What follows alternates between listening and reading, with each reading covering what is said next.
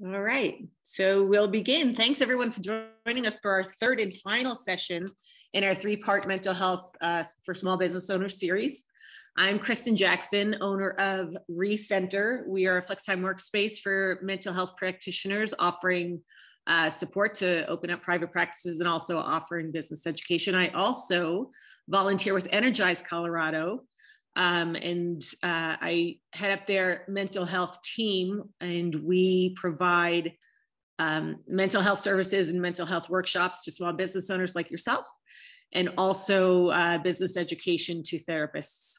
Energize Colorado is a nonprofit that aims to advance resilience and promote equity across Colorado's small business ecosystems. We address gaps across the small business ecosystem by supporting partners and businesses through people, programs, and funding. And supporting people is what we're trying to do here by offering these webinars for small business owners to take care of their mental health. Today's webinar is on the topic of self-care, and we've been lucky enough to partner with the Johnson Depression Center and Alex Yannicone, and I'm sure I'm mispronouncing that again.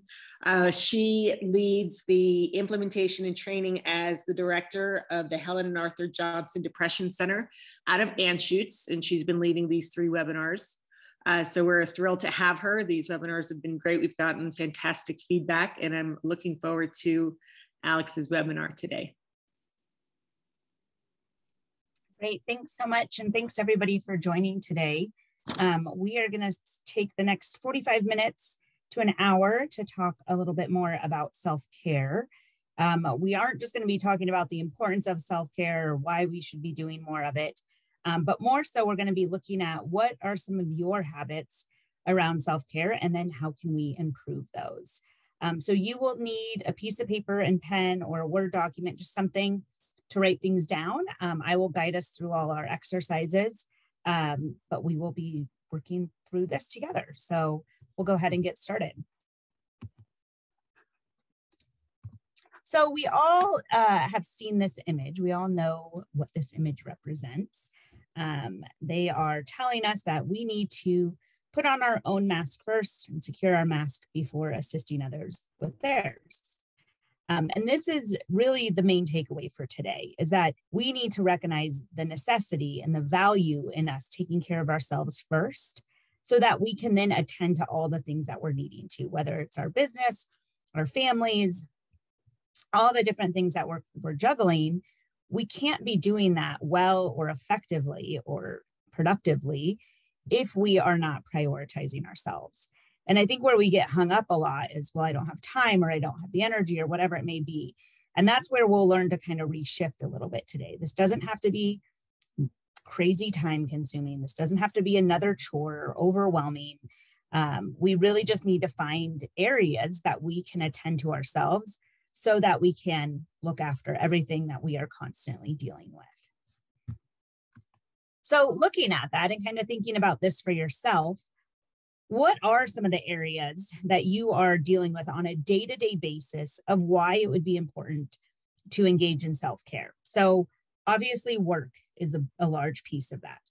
What are other things that you're juggling or dealing with that it would be necessary for us to really take care of ourselves? Anybody have anything they want to add? You can write it in the chat, or if you want, you can unmute yourself as well.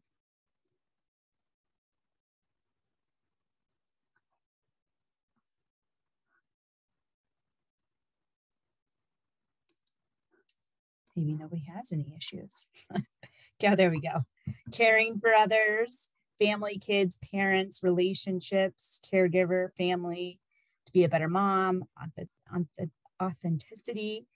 So yes, these are all areas, right? Balancing business and personal life. That's obviously a big one for a lot of you, I'm sure.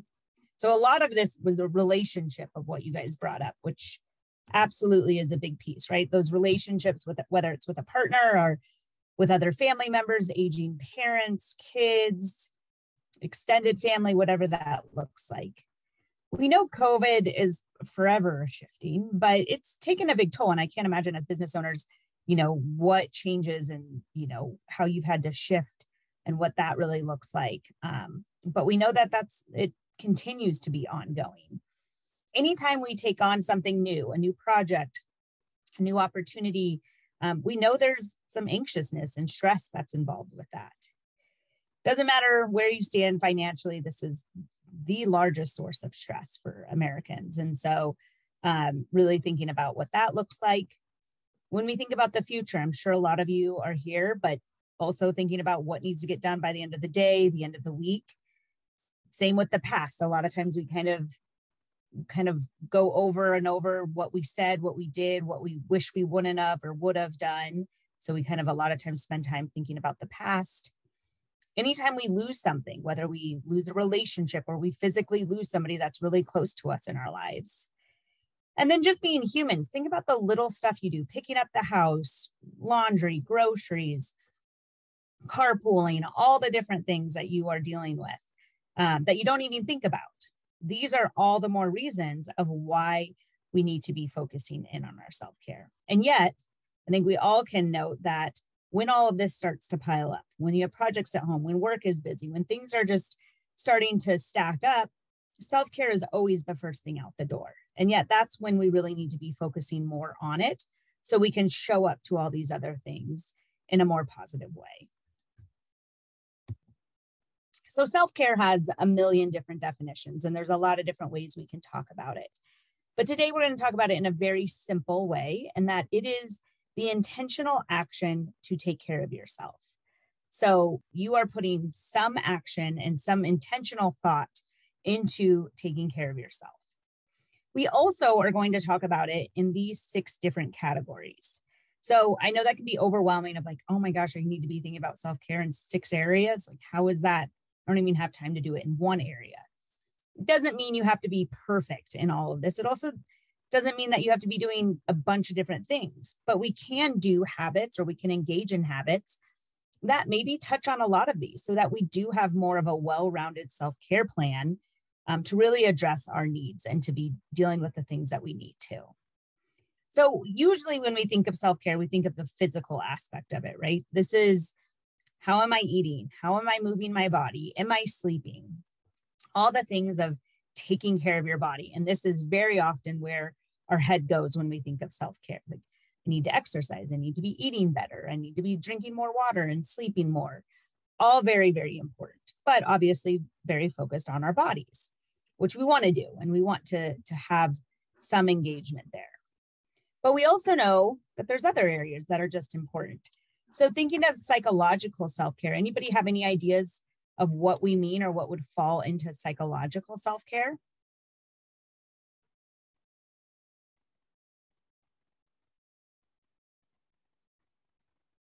Self-compassion, great.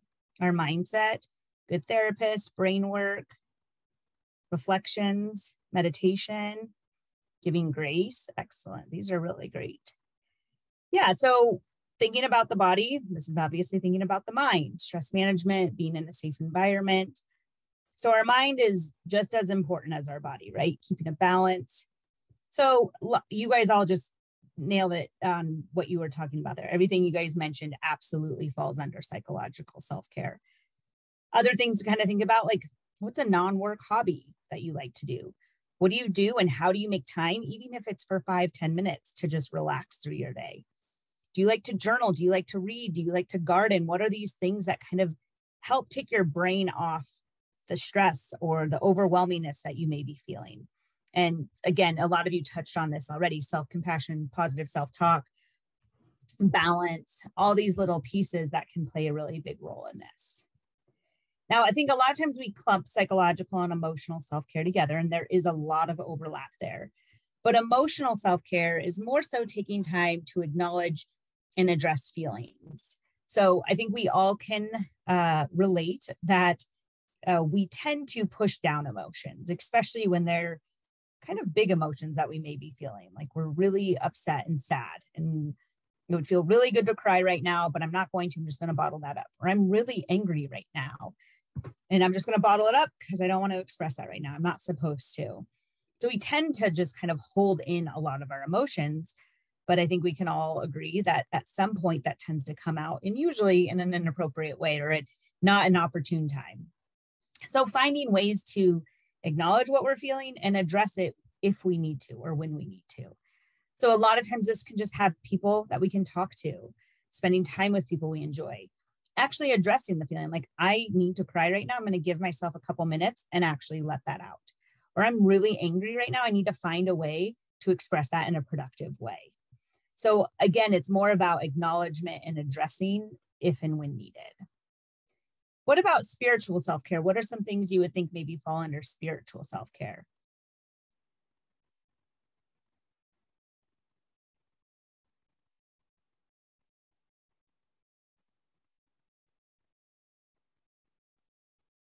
Going to church, absolutely. A guru, praying, spending time on life's purpose. My faith, excellent. So yes, the great thing about meditation, great thing about spiritual self-care is that it's not just about faith or religion, but absolutely that falls into it. But it really is about finding the meaning in life to you, or as Brandy just said here, understanding that things are bigger than you. So what is the meaning of life? What do I connect to? What does that look like? So you guys mentioned a lot of this: prayer, meditation, church. It could be reflection. It could be music. It could be contributing to meaningful things. It could be just being open to new experiences and new things in your life. So a lot of different ways that we can connect with our spiritual self-care. Relationship. If you've attended some of my other sessions, you know that I talk about relationships a lot, because relationships really are a foundational piece in our overall mental well-being. Connecting with others is really, really important for our overall mental well-being. So what does this look like to you? How do you prioritize close relationships? Do you attend special events with family and friends? Do you schedule regular date nights or activities? Do you make time for those that you actually care about, even if it's just a phone call or FaceTime? What does this look like for you? And maybe are you letting go of some of those relationships that aren't as valuable or helpful? And then our last one is our professional, workplace, academic, kind of that big piece of where we spend a big chunk of our time. You spend anywhere from 40 to 70 hours a week in or within a workplace environment, right? Whether that's at your house or at somewhere else. This is where a big chunk of our energy goes. So we have to make sure that we are creating a healthy work environment. This can be very simple as getting up throughout the day and walking around, or taking time away from my desk. It could be actually sitting down and eating a lunch and not just doing it at my desk or doing it on the run. Talking to coworkers or colleagues or other professionals in a certain, or in kind of your professional world, and connecting with them, not just about work, but kind of on a personal level as well. Seeking supervision, having that peer support, setting boundaries, attending professional development opportunities. So really just thinking about, how do I take care of myself in this area that I spend so much of my time? So we're going to dive a lot more into these in just a little bit. I'm eating my lunch as I do this. That's typically kind of what happens here. So we'll dive a lot more into this. We'll do a lot more of a kind of self-reflection on this here in a little bit, but just wanted to give an overview of kind of how we'll be talking about self-care. So one thing to kind of note here is thinking about, if I take my dog on a walk with headphones in during my lunch break, that actually touches on most of these, right? It's physical, it's psychological, it could probably be emotional, it could be spiritual, relationship, because I'm with my dog, and I'm taking a break during work. So you can see how one activity can actually touch on a lot of these. And so you can do that in a lot of different ways, right? You can have a way to touch on these where you're not saying, oh, I need to have 6 self-care habits every single day and engage them all the time. So just kind of want to give you that overview as well, if you're feeling a little overwhelmed by what we're talking about here. And again, we'll dive more into this in a little bit. So I'm not going to go into crazy detail on this, but we do know that through research, there are a lot of benefits when we engage in self-care habits. When we aren't taking care of ourselves, what we tend to see is we end up being counterproductive, we lose focus, and we start working really inefficiently. When we are focused on self-care, we actually see in our personal life that we tend to be healthier overall. usually because we're taking care of ourselves, we're not getting sick all the time. We tend to have more energy. We feel better about our relationships that we're in. We feel better about who we are, what we're doing, and what we're contributing to. So a lot of different things that really fall into this that can really help with our personal when we engage in this. In the workplace, it's also proven that when people prioritize their self-care, it increases productivity and can really be preventative as well. So what we see is there's not as much absenteeism or people missing work, probably because they're healthier overall. There's not as much turnover, obviously less healthcare costs because of that. People actually note that they're happier in the work that they're doing, that they feel more refreshed, refocused, they're excited and more energetic about the work that they're doing. We tend to see people be better problem solvers and more creative in the work that they're doing. And I think if you don't take anything else from this, one of the most important things is that we actually see an increase in productivity even during the most stressful times. So that excuse of, I don't have time for this, or this isn't something I can do because, I have too many other things. We actually see that productivity increases when we prioritize our self-care. So those are just a few things to kind of note along those lines. Do want to note, though, that we recognize that there are things that get in the way. And we talked about this in some of our other sessions, but a lot of us know that when we aren't taking care of ourselves and when things really become overwhelming, we tend to fall into one or two of these categories. So when we're talking about stress here, we're talking about overwhelming stress, not just the kind of stress we feel day in and day out. This is stress that really impacts us. Stress in this definition can be characterized as too much.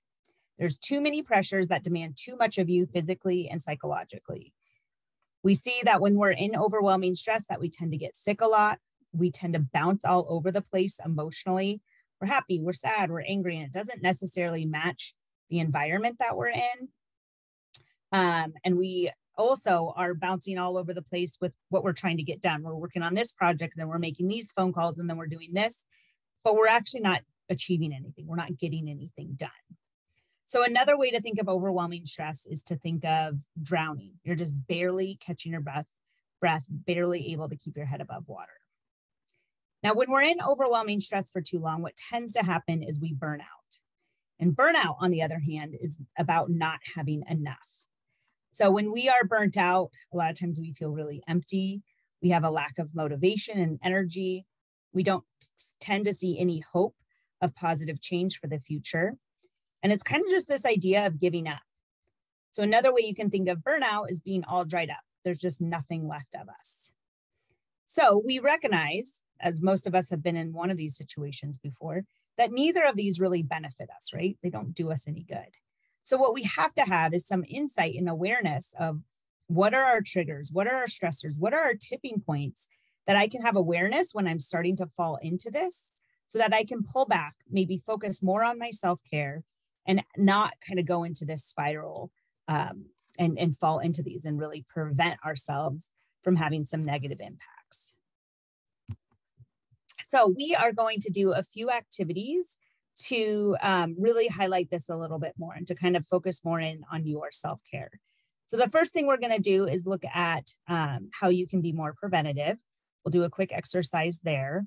Then I'm going to have you guys actually do a self-care assessment to have you look at what are your current self-care habits and how can you improve on those. And then we'll make a plan moving forward. So the first thing I want you to do is just this first piece here where it says, have you ever experienced overwhelming stress or burnout? I want you to take note of what were your warning signs. So how did this show up for you? What did this look like? What did you do well during this time? And what didn't you do so well? So a quick example of this, in one of my previous jobs, I ended up burning out. And the thing was, I absolutely loved the work that I did.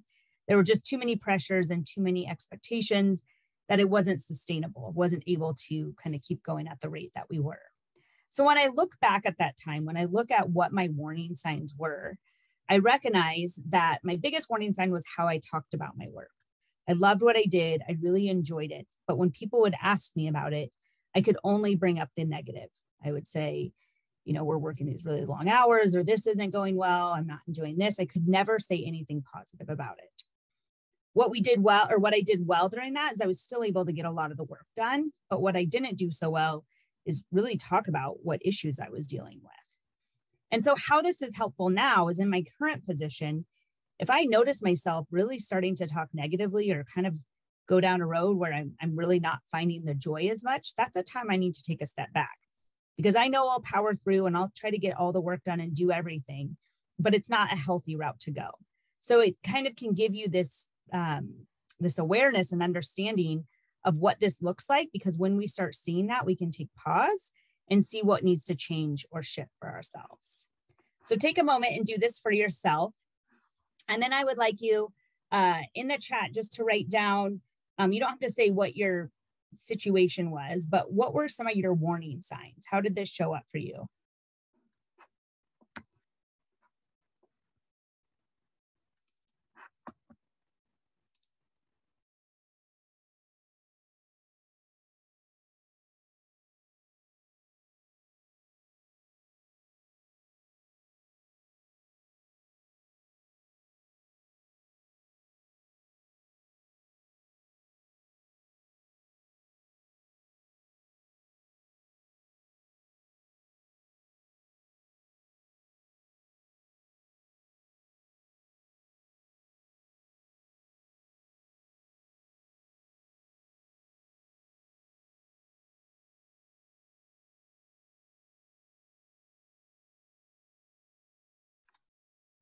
All right, great. We have some really good insight here. So loss of sleep, talking fast, shallow breaths, not using words, frustration, low tolerance, lack of energy, fatigue, negative self-talk, disappointment, stress, illness, annoyance, increased demands, being really disorganized, cranky, not breathing or holding my breath, or having short breath as well.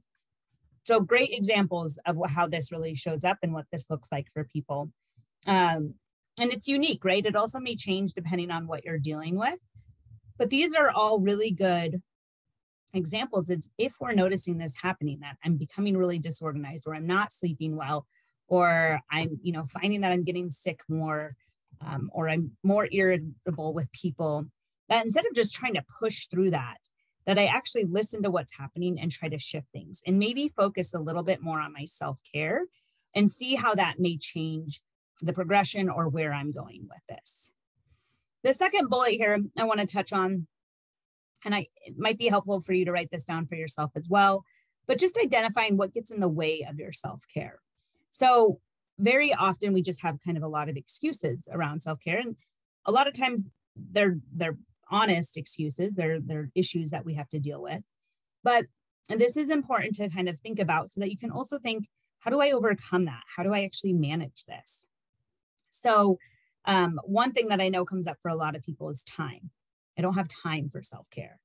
And I think part of that is actually just how we view self-care. We think it has to be this really big time-consuming thing. We also view it as almost like an added chore.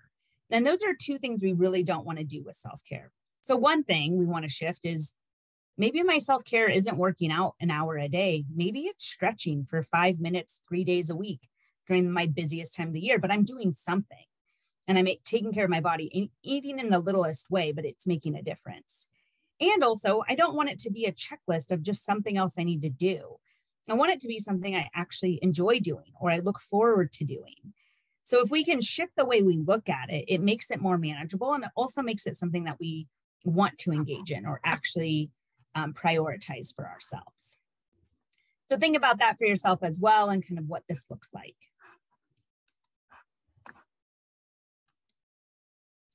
All right, so what we're going to do now is we're actually going to go through a quick assessment to see where you all are currently in your self-care habits. So the next screen I'm going to put up is an assessment, and you are going to rate yourself on your current self-care habits. So it'll show you, you're going to, on a scale from, I believe it's 3 to 0, 3 being high, 0 being you don't do it at all. You're going to rate how you are currently doing in your self-care habits. So a few things to note. 1, don't overthink this. Also be truthful with yourself. and don't analyze too much of like where you wish you were or where you once were, but really where you currently are in your habits. Then once you're finished, I just want you to write it in the chat, say I'm done or finished. And then we're going to talk about this actually as a big group. So take a moment to do this, and then we will come back together.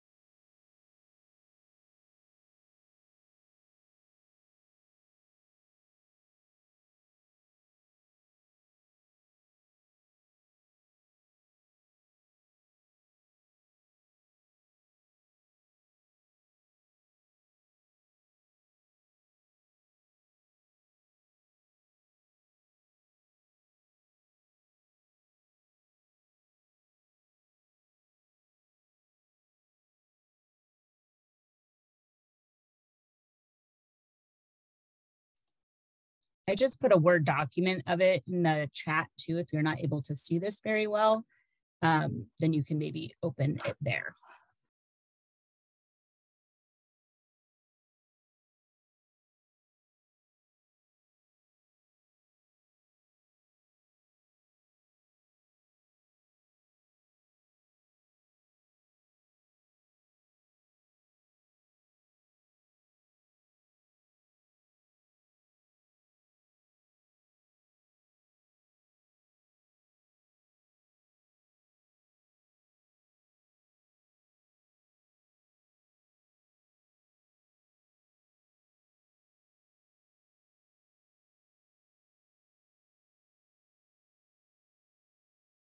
Okay, I just sent it to everybody. Sorry, it was only to the hosts and panelists. So you should be able to access it now. And sometimes people aren't able to, so it's not a perfect fix.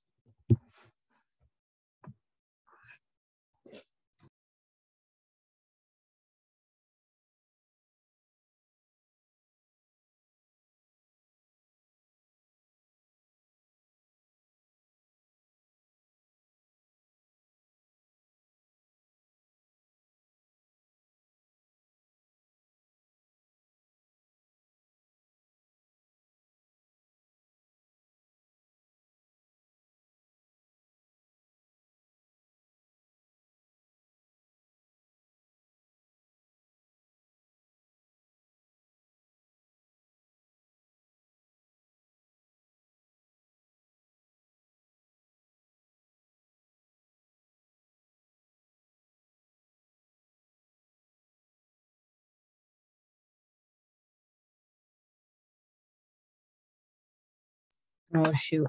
Thank you for noting that. Let me find the right one. I thought that was it. Let's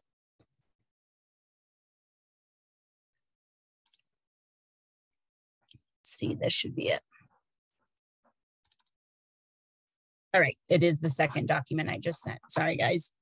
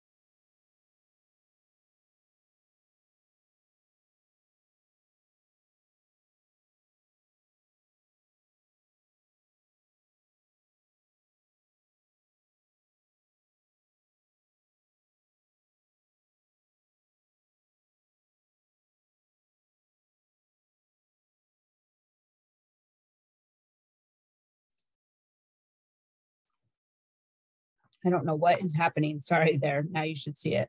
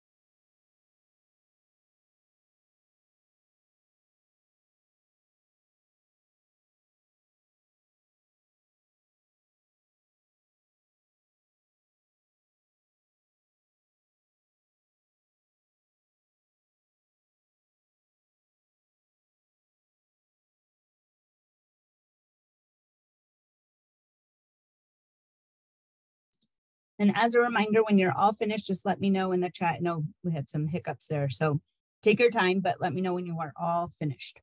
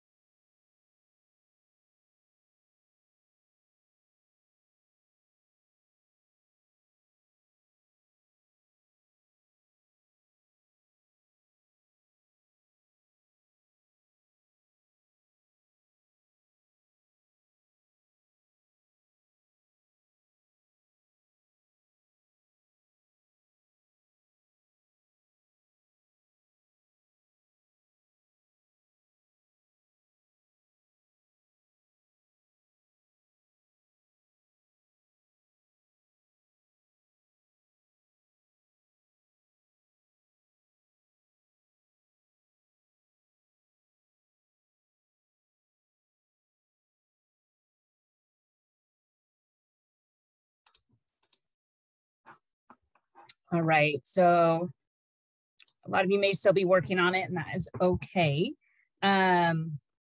This is, again, not to necessarily highlight all the areas that you are lacking or need improvement, even though obviously that's what we are focusing on a lot, but also to take note of where you are doing well and what you really have been focusing on and that's working for you. So what we're going to do as a group, and again, if you're still working on it, it's fine. We're going to go through each of these sections together, and I want you to really highlight what you're doing well, not what you're not doing well, but where you really feel proud of yourself, or really where you're identifying that I'm actually doing some good habits in this section. So I'll guide us through it. And in the chat, I just want you to take note of what you're actually doing. So a few things, please be specific. Don't just say exercise or eating well, but how are you able to do that? What does that actually look like? The goal here is, one, to yes, identify what you're doing well so you continue to do it, but also so that we can learn from each other, maybe some habits that we aren't currently doing that may work for us as well. So let's start with physical self-care. Anybody in the chat want to know what they're doing well and what is working for them that kind of highlights some of these areas?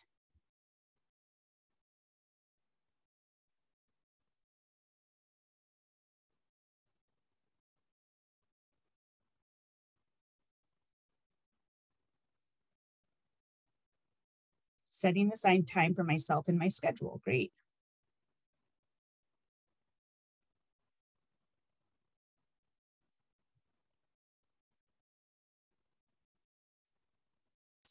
Here we go. All right. 3 to 5 minute yoga flow daily as soon as I rise. That is a really great example of short options that really can make a big difference, right? That's 3 to 5 minutes where you could just be laying in bed scrolling on your phone or hitting the snooze button, but makes a big difference and that you do right when you wake up. I stretch and do PT exercises 5 times a day, wear clothes I like, sleep in is key for me. I strive for 7 to 8 hours a night. Daily stretch from desk. Those are great, really specific examples. Also really shows how this doesn't have to be crazy time consuming. So those are things that I think we really want to highlight when it comes to physical, because I think so often we really look at, well, I need to put in an hour, 45 minutes, or even 30 minutes. And that can really be tough for us. A few of you mentioned sleeping. Sleeping is obviously can be a big issue for a lot of people that is not easily fixed. But for others, it's just thinking about what habits do you do before bed. We've had a lot of people in the past talk about setting alarms to go to bed so they have like a wind down time so that I'm not on my devices, I'm not doing things. And then I do find that I'm able to get that 7 to 8 hours of sleep that I need. And a few of you kind of mentioned similar things. And so read through these that you guys already mentioned. And if there's anything like somebody mentioned meditating, setting the amount of sleep I get each night, intentionally address that, have alert on my phone to go to bed, same thing. So if any of these jump out to you and it's not something you're currently doing, can be a great way to really take note of what would work for you. Something that wasn't really mentioned much in here is eating. Eating's hard, right? When we're stressed or have a lot going on, we don't tend to eat the best. I've had people talk about, just cooking one vegetarian meal or one really healthy meal a week and starting there.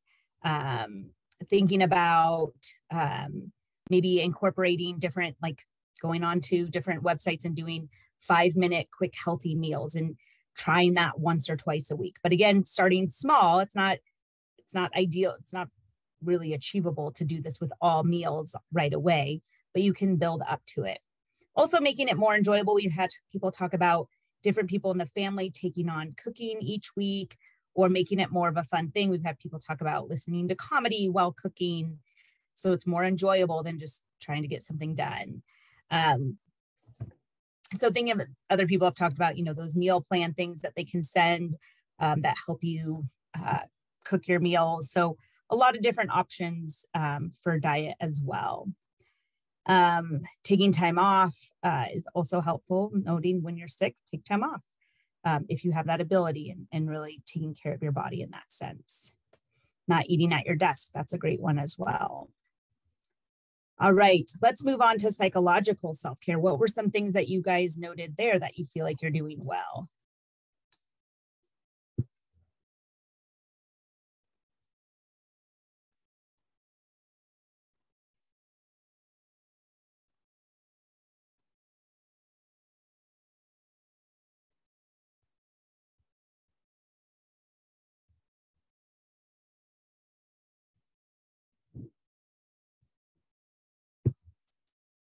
Listening to comedy podcasts, right? Being aware of positive, negative self-talk. You can do that by jotting things down or taking note of that, watching one funny YouTube a day. That's a great example as well. You say no really well. One of my favorite ones that somebody mentioned once, she said, if it's not a hell yes, I'm not going to do it. And she wasn't talking about necessarily work, but kind of all those extra things that we take on. Like, can you volunteer here? Can you carpool? You do this. And she was like, if I don't enjoy doing it, or if I don't want to do it, I say no. If I'm not excited about it or really want to put the effort in, I'm learning to say no. And I thought that was a kind of a good motto to have. Listening to music on my commute home helps me transition from work into the home. That's a great example. Telling myself I love you many times in the day. Great. Those are great examples. So our devices can be really wonderful. It can also be really terrible, right? It can help us, watch a YouTube video and kind of disconnect for a moment. It also can be a source of stress in that we're always looking at emails or on the phone. And so learning how can we gauge taking that, taking time away from our phone, maybe even 30 minutes a day, or, for an hour set aside where I don't even look at my phone. And then maybe having that time where you can watch funny videos for a short period. Journaling for some people really works, others it's not. And they're like, I want to dance, or I want to get artistic and paint. Dance while cooking, that's a great one. That's physical and psychological as well. We've had people talk about, instead of asking for gifts for their birthdays, asking for experiences. So, going to a Nuggets game or to an art show. So they're actually doing new things that kind of bring new awareness to them. Reading obviously can be hard and easy, especially if you have a lot of reading you do for work anyways. But even like 5 minutes before bed, instead of being on your phone, reading instead. So just kind of thinking about how can you let your brain take that break that it may need when we're feeling really stressed out. All right, what about emotional self-care? What are some things that you guys noted with emotional self-care?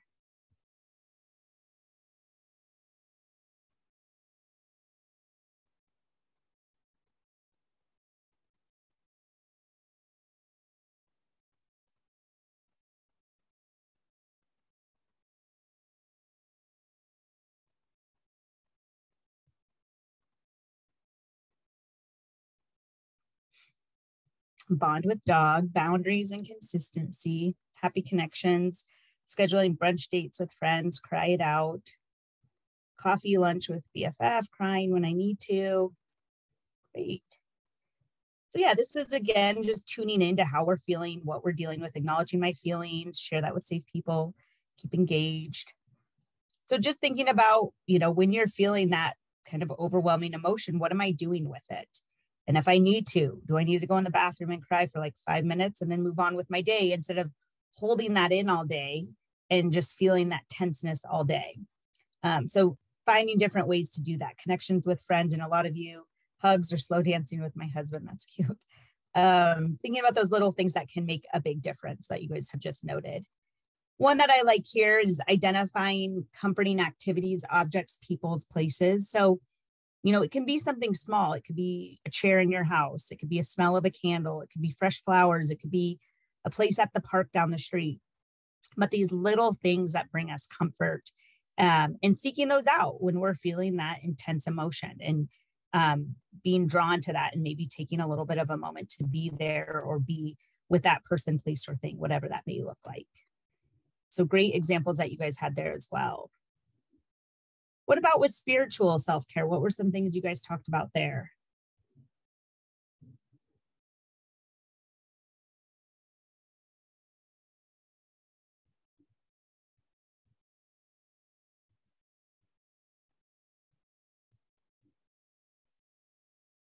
Quiet time with reflection, great.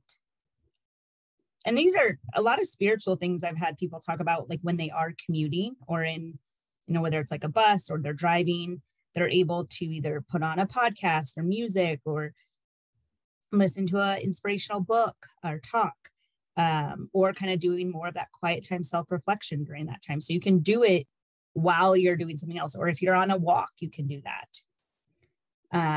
Love the idea of choosing not to be in charge, visualize self as a small dot in the vast universe, gain perspective, walking, give thanks to ancestors, creators, rarely asking for anything. Great. So these are good examples. Remind myself I'm not in control. Things are happening for my learning. So these are great, very COVID experience has taught me to value the value of relationships. Excellent. These are obviously going to be very unique to each of us, but I think also you guys bring up some really good kind of universal things that a lot of us can take away that can fall under spiritual. Again, for some of us, it may be attending church or prayer every day or meditation, but these other things that you guys noted were really great that a lot of us can do, right? Reminding myself I'm not in control, or giving thanks, or kind of looking at the big picture.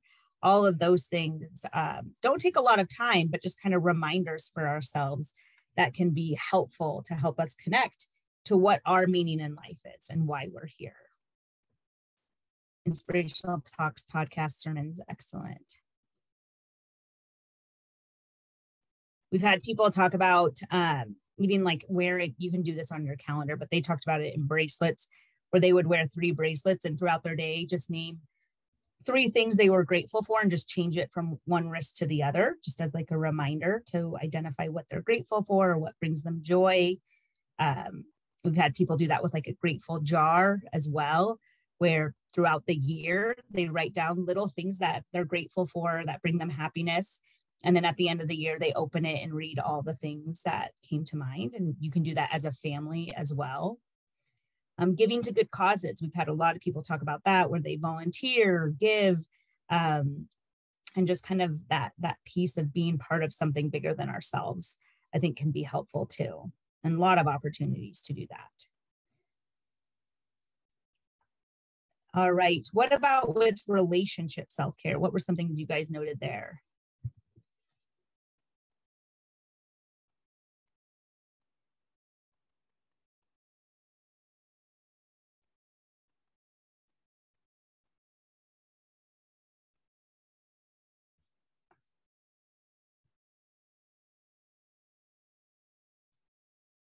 Oh, and some people mentioned AirPods were great. Inspirational brain work while I'm doing some other tasks. That's a great example of that. Going on to relationship, having spur of the moment dates with husband, like going to a Rockies game. I have a jar that has Post-it notes with activities we like, and we'll just choose one blindly and go do that. That's a really great idea. Have meals together with no electronics. That's a great one too. And that one, both of those that you guys just said there obviously fall into a lot of different areas here. Foster your relationships. So kind of prioritizing those ones that are meaningful and putting an emphasis on them. Having people that I trust and I can talk with them about concerns. Again, that obviously falls into emotional and psychological as well. Taking time to spend time doing date night, special events. Yeah, I had somebody mention once that they loved going out to nice dinners and they used to always make their whole family go. And it was a total disaster because the kids always hated it. So they were saying that they now pair activities with that relationship. So with kids, they'd go to the park or go get ice cream. And then with like good friends, they'd go and get that nice dinner so that they enjoyed the activity with the relationship that they were in as well. Trying to listen as much as I talk. I like that one as well. That's a great one. So relationships are obviously key, but really thinking about what do I do? Some of us may be like way too big of a circle. I need to kind of slim it down. It's exhausting. Prioritize those that are really meaningful. Others may be like, I haven't connected with people I've really been wanting to. How can I reach out? Thinking about, just even a text message to somebody you haven't talked to in a while and a reconnecting and how helpful that can be. Expressing your love for partners is helpful. That one's a great one too. Excellent. All right, let's move to our last one. What about workplace? What are you all doing here?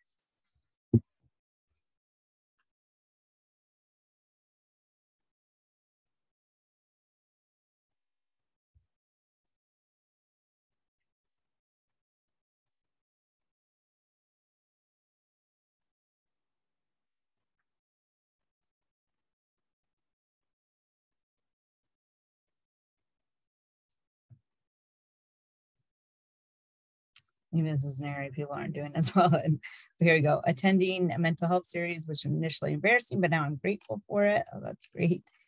Gratitude to have the job and benefits of it. Block white space for projects. That's a great one. Taking time for me like this. Excellent. So I think we put so much of our energy and so much into our work, which is great, but it's not sustainable to just constantly be putting things in and not getting anything out. Mentioned here, I utilize my calendar to schedule tasks, schedule time for movement. That's great as well. So yeah, finding little things, whether it's taking a break, getting up and going on a walk, or just stepping away from a screen, expressing to my teammates and coworkers how much fun I have with them. If you do have a team, if you do work with other people, that connection, not just talking about work, but how was your weekend? Do you guys want to go grab coffee and kind of just connect on a different level can be helpful.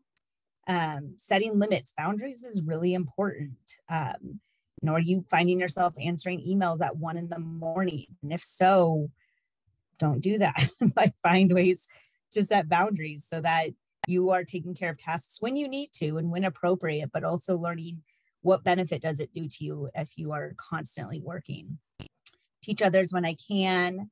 Think about your space. Like, look at the space you're in right now. Is it something that's comforting and that has good light or a comfortable seat, or feels really disorganized? But kind of thinking about, if you spend so much of your time in that space, how can we make it more comfortable? You guys talked a little bit about this, but thinking about your day and how can you block out time, turn off emails, turn out phones to actually focus in on work that you may need to do. Plants and flowers on desks, perfect. Going on walks with colleagues. I have to have a clean space, great. So if this is an area you're lacking in, just kind of maybe look at a few of these and think about, how could I maybe do this? What are some things I can do? Maybe I'm not going to check emails after 8 a.m. or I'm not going to check emails before 7 a.m. Or 8 p.m. Sorry, not 8 a.m., 8 p.m. and 7 a.m. And you can communicate that. I mean, people understand our boundaries and have boundaries for themselves as well. So again, this can be a good check-in for ourselves to see, where am I in my self-care? How can I improve? What am I doing well? How can I continue to do that? So what I'd like you to do with just our few minutes left is really highlight the areas that you feel like you're doing well, that you're proud. And you already mentioned these, a lot of you. So make sure that you take note of those and that you continue to do those. Identify just one or two areas that you would like to improve, that you are currently not doing. Identify if there's any obstacles that are kind of preventing you from that. Think if there's solutions to that. And then I just want you to have one or two things to walk away with of, I'm going to start to cook one really healthy meal a week, or I'm going to try a 3-minute meditation 3 times a week. Have one set goal that you want to walk away with. And if you want to, in the chat, you can jot that down to share. You don't have to. But I do want you to think of one thing to help improve your self-care, along with everything you guys just noted. You guys had some really great examples of what you are already doing as well. So take a moment to do that. I'm going to kind of finish up here just to, have you guys recognize that self-care is really not about self-indulgence. It's not about being selfish or only thinking of yourselves. It's really about self-preservation. So make sure you're doing this not only for your professional life, but for your personal life as well. Looking at what some of you guys said here, journaling and planning key objectives, consistency, goal, ride, bike, or walk one day after work. Perfect. Perfect season to get out in nature. I like that. Make sure I organize my desk weekly and block out the time to do it. Spend more time in nature and walks. Excellent. These are great. All right. And if there's any questions, we have a few minutes left. I also have my email there. If you want to ask me something offline, feel free to reach out to me. But thank you all for joining and participating. You all are doing some wonderful stuff already. Thank you for sharing. I know I always walk away with some great tidbits that you guys always bring up. So thank you.